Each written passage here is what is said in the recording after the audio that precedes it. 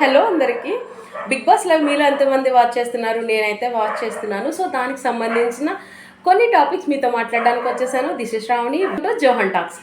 So morning నుంచి అసలు big బాస్లో ఏం జరుగుతుందో నేనైతే మీతో షేర్ చేసుకుంటాను. సో ఫస్ట్ టాపిక్ వచ్చేసి గేమ్ గురించి అయితే మాట్లాడుకుందాము. ఆల్రెడీ ఒక గేమ్ అయితే కంప్లీట్ అయిపోయింది. ప్రోమో కూడా రిలీజ్ చేశారు. మీరందరూ చూసినట్టయితే నా కామెంట్ సెక్షన్లో కామెంట్ చేయండి. వాళ్ళు ప్రోమో రిలీజ్ చేస్తే నేను ఎందుకు నీకు కామెంట్ సెక్షన్లో కామెంట్ చేయాలి అంటే నేను ఈ వీడియో చేశాను కదా. సో ఈ వీడియో చూసిన వాళ్ళు ప్రోమో చూసారా లేదా అనే దానికోసం కామెంట్ సెక్షన్లో కామెంట్ చేయండి. అండ్ గేమ్ విషయానికి వచ్చేస్తే ఫోటో పెట్టు ఆగేటట్టు గేమ్ నేమ్ అండి. అది గేమ్ నేమ్ వచ్చేసి ఫోటో పెట్టు ఆగేటట్టు. అసలు ఎలా ఆడాలి, దీని రూల్స్ ఏంటి అనేది నేనైతే మీతో షేర్ చేసుకుంటాను. ఫస్ట్ ఇద్దరి క్లాన్లోంచి సంబంధించి ఒక్కొక్క పర్సన్ అయితే రావాల్సి ఉంటుంది. నిఖిల్ క్లాన్లోంచి పృథ్వీ వచ్చాడు, అలాగే అభయ్ క్లాన్లోంచి నబీల్ వచ్చాడు.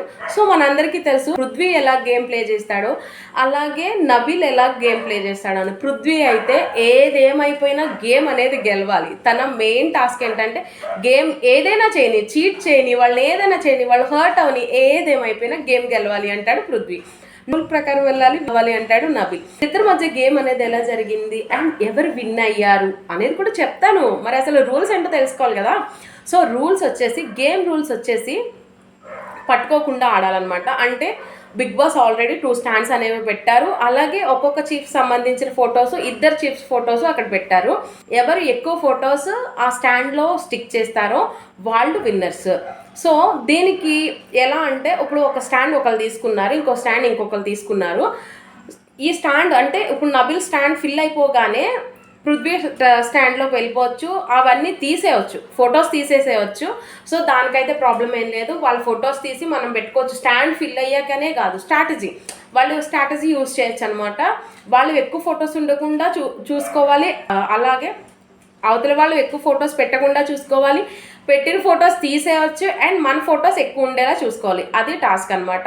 సో ఈ టాస్క్ అయితే చాలా చాలా చాలా గట్టిగా అరుచుకుంటూ గోల్తో జరిగింది. ఎందుకంటే ఇందులో పృథ్వీ ఉన్నాడు కదా, ఆబ్వియస్లీ చీట్ చేస్తూనే ఉంటాడు. పృథ్వీ తన స్టాండ్లో, నబీల్ తిన స్టాండ్లో ఫిల్ చేస్తున్నారు.